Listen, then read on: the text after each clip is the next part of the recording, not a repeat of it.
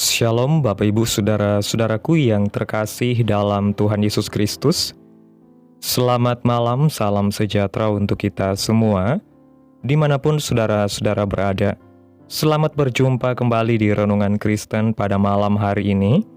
Kiranya kekuatan dan sukacita oleh Roh Kudus melimpah dalam hati dan kehidupan saudara semua, dan semoga saudara semua dalam keadaan sehat selalu.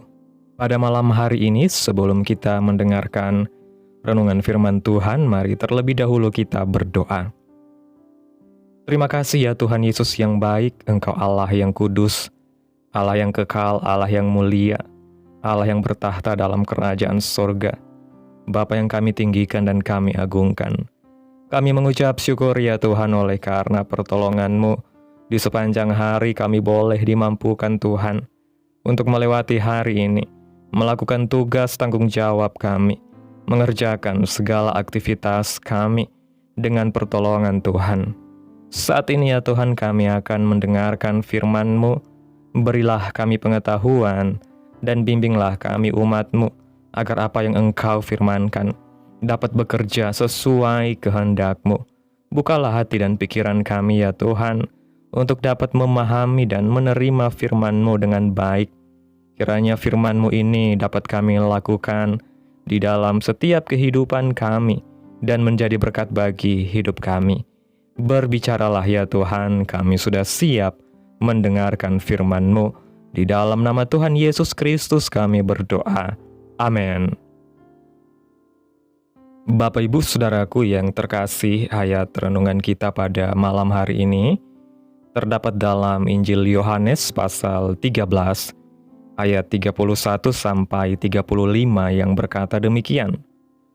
Sesudah Yudas pergi, berkatalah Yesus, "Sekarang Anak Manusia dipermuliakan dan Allah dipermuliakan di dalam Dia. Jikalau Allah dipermuliakan di dalam Dia, Allah akan mempermuliakan Dia juga di dalam dirinya, dan akan mempermuliakan Dia dengan segera. Hai anak-anakku, hanya seketika saja lagi Aku ada bersama kamu. Kamu akan mencari aku, dan seperti yang telah kukatakan kepada orang-orang Yahudi, ke tempat aku pergi tidak mungkin kamu datang. Demikian pula aku mengatakannya sekarang juga kepada kamu. Aku memberikan perintah baru kepada kamu, yaitu supaya kamu saling mengasihi.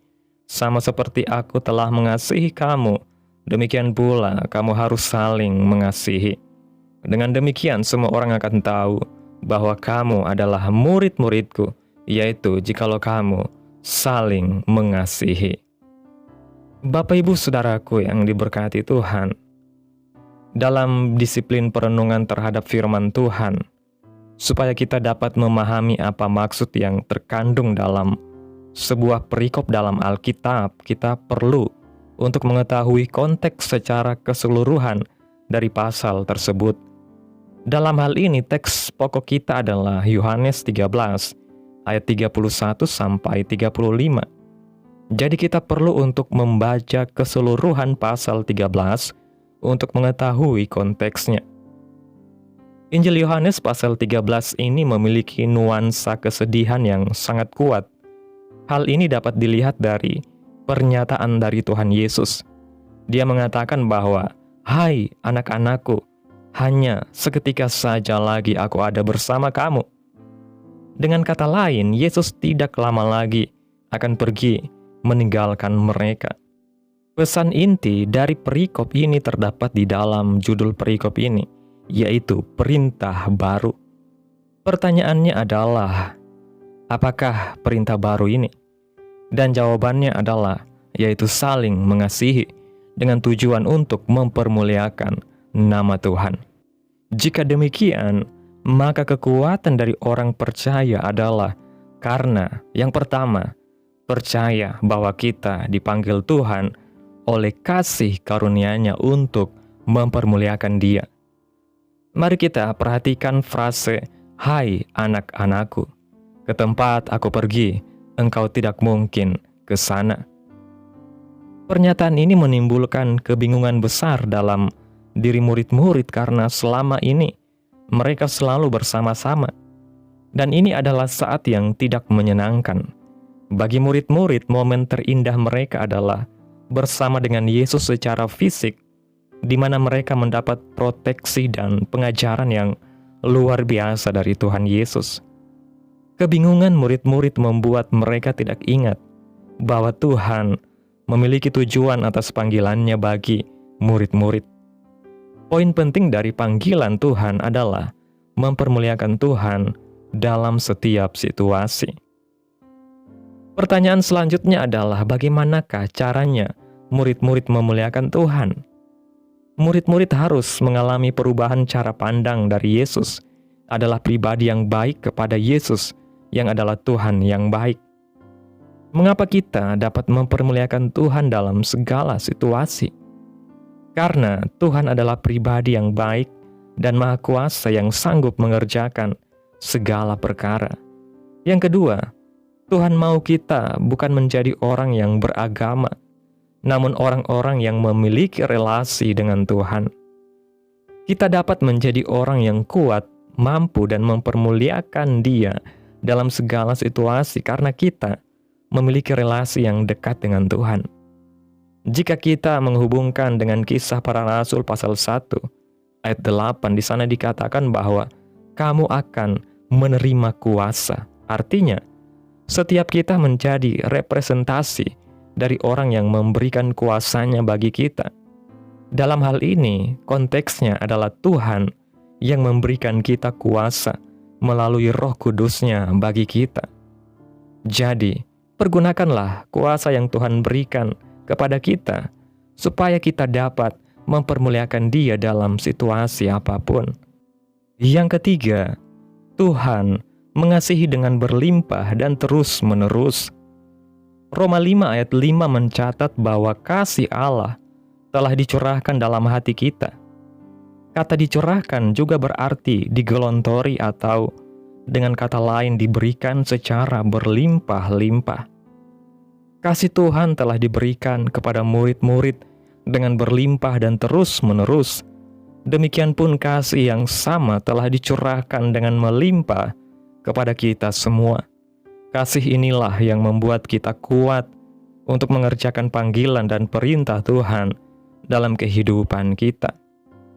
Bapak Ibu Saudaraku yang diberkati Tuhan, marilah kita bersama saling mengasihi, seperti Yesus telah mengasihi kita, sehingga dengan demikian orang akan mengetahui bahwa kita adalah murid Kristus. Kasih yang sama juga kiranya memberikan kekuatan bagi kita untuk mengerjakan panggilannya, yaitu hidup yang mempermuliakan Tuhan. Bapak Ibu Saudaraku yang diberkati Tuhan, melalui perenungan kita pada malam hari ini kita sama-sama belajar melalui Injil Yohanes pasal 13 ayat 31 sampai 35 bahwa kekuatan sejati orang percaya tidak pernah terletak pada situasi yang nyaman, keberadaan figur rohani secara fisik, atau kondisi hidup yang stabil. Justru kekuatan itu lahir ketika iman kita diuji melalui perpisahan, kehilangan, ketidakpastian, dan pergumulan yang dalam. Yesus menyampaikan perintah baru ini di saat suasana batin para murid sedang terguncang.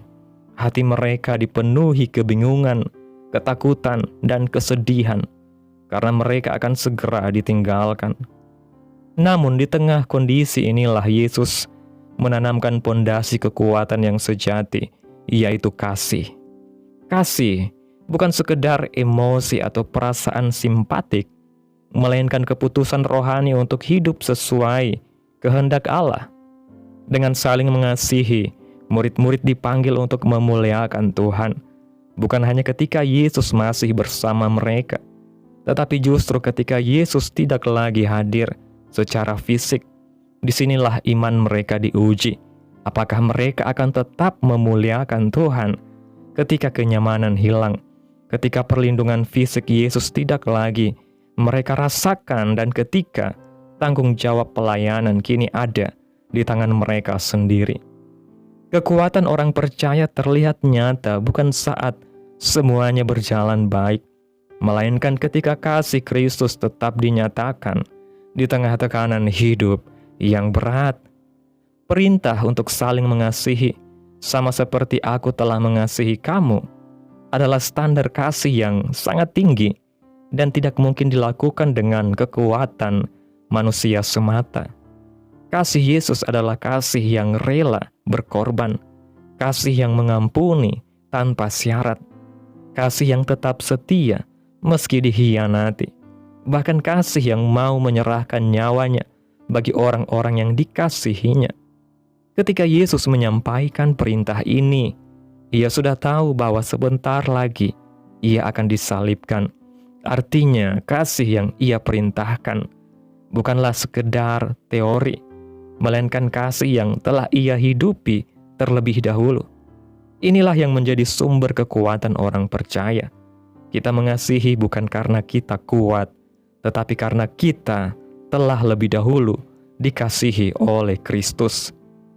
Kasih yang dicurahkan Allah ke dalam hati kita melalui Roh Kudus memampukan kita untuk tetap mengasihi meskipun disakiti, tetap setia meskipun dikecewakan, dan tetap melayani meskipun tidak dihargai. Ketika kasih Kristus mengalir dalam hidup kita, maka hidup kita menjadi kesaksian yang hidup tentang siapa Tuhan yang kita sembah. Dunia tidak selalu membaca Alkitab, tetapi dunia selalu membaca kehidupan orang percaya. Dan tanda yang paling jelas bahwa kita adalah murid Kristus bukanlah kepandaian rohani, bukan jabatan gerejawi, atau aktivitas pelayanan yang serba sibuk, melainkan kasih yang nyata dalam kehidupan sehari-hari. Kekuatan orang percaya akan semakin nyata ketika kasih itu tidak berhenti di dalam komunitas yang nyaman, tetapi mengalir keluar menjadi terang dan garam bagi dunia. Yesus berkata, dengan demikian, semua orang akan tahu bahwa kamu adalah murid-muridku. Artinya, kasih yang sejati memiliki dampak yang kelihatan dan dirasakan oleh orang lain. Kasih Kristus yang hidup dalam diri kita akan memampukan kita untuk tetap memuliakan Tuhan dalam setiap situasi, baik dalam suka maupun duka, dalam keberhasilan maupun kegagalan. Kasih itu yang memberi kekuatan untuk tetap berdiri ketika iman diuji, tetap berharap ketika jalan terasa gelap, dan tetap taat ketika kehendak Tuhan tidak mudah dimengerti. Kekuatan orang percaya bukanlah kekuatan untuk membalas, melainkan kekuatan untuk mengasihi. Bukan kekuatan untuk meninggikan diri, melainkan kekuatan untuk memuliakan Tuhan. Ketika kita hidup dalam kasih Kristus, maka hidup kita akan menjadi alat di tangan Tuhan untuk menyatakan kemuliaan-Nya, sehingga melalui kehidupan kita, banyak orang dapat mengenal Yesus sebagai Tuhan dan Juru Selamat. Amin. Tuhan Yesus memberkati. Demikianlah renungan firman Tuhan pada malam hari ini. Biarlah menjadi berkat bagi saudara yang sudah mendengarkan. Dan untuk menutup renungan pada malam hari ini, mari kita berdoa. Terima kasih ya Bapa di dalam kerajaan surga. Engkau Allah yang kudus dan kekal, Bapa yang mulia dan ajaib, Bapa yang kami tinggikan dan kami agungkan. Di dalam nama Tuhan Yesus Kristus, kami bersyukur atas pertolongan-Mu, penyertaan-Mu, juga atas kasih dan berkat-Mu dalam hidup kami. Kami berbahagia dan bersyukur atas kebaikan Tuhan dalam hidup kami. Terima kasih Tuhan buat penyertaan-Mu di sepanjang hari yang telah kami lewati. Hingga pada malam hari ini kami boleh bersyukur lagi di hadapan Tuhan melalui doa dan renungan pada malam hari ini. Terima kasih ya Tuhan Yesus buat firman-Mu yang telah menguatkan kami.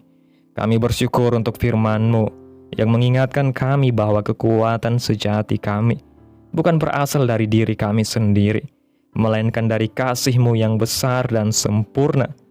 Terima kasih karena Engkau telah lebih dahulu mengasihi kami bahkan sampai menyerahkan nyawa-Mu bagi keselamatan kami. Ajarlah kami untuk tetap hidup dalam kasih yang sama, saling mengasihi dengan tulus, rendah hati dan penuh pengorbanan, sehingga melalui hidup kami nama Tuhan Yesus dipermuliakan. Ampuni ya Tuhan, bila selama ini kami mudah menghakimi, sulit mengampuni, dan kurang mengasihi sesama kami. Penuhi hati kami dengan kasih-Mu melalui Roh Kudus, supaya kami dimampukan untuk hidup sebagai murid-murid-Mu yang sejati di tengah-tengah dunia ini. Pakailah hidup kami menjadi kesaksian yang hidup, agar melalui kasih yang kami nyatakan, banyak orang boleh mengenal Engkau sebagai Tuhan dan Juru Selamat kehidupan mereka.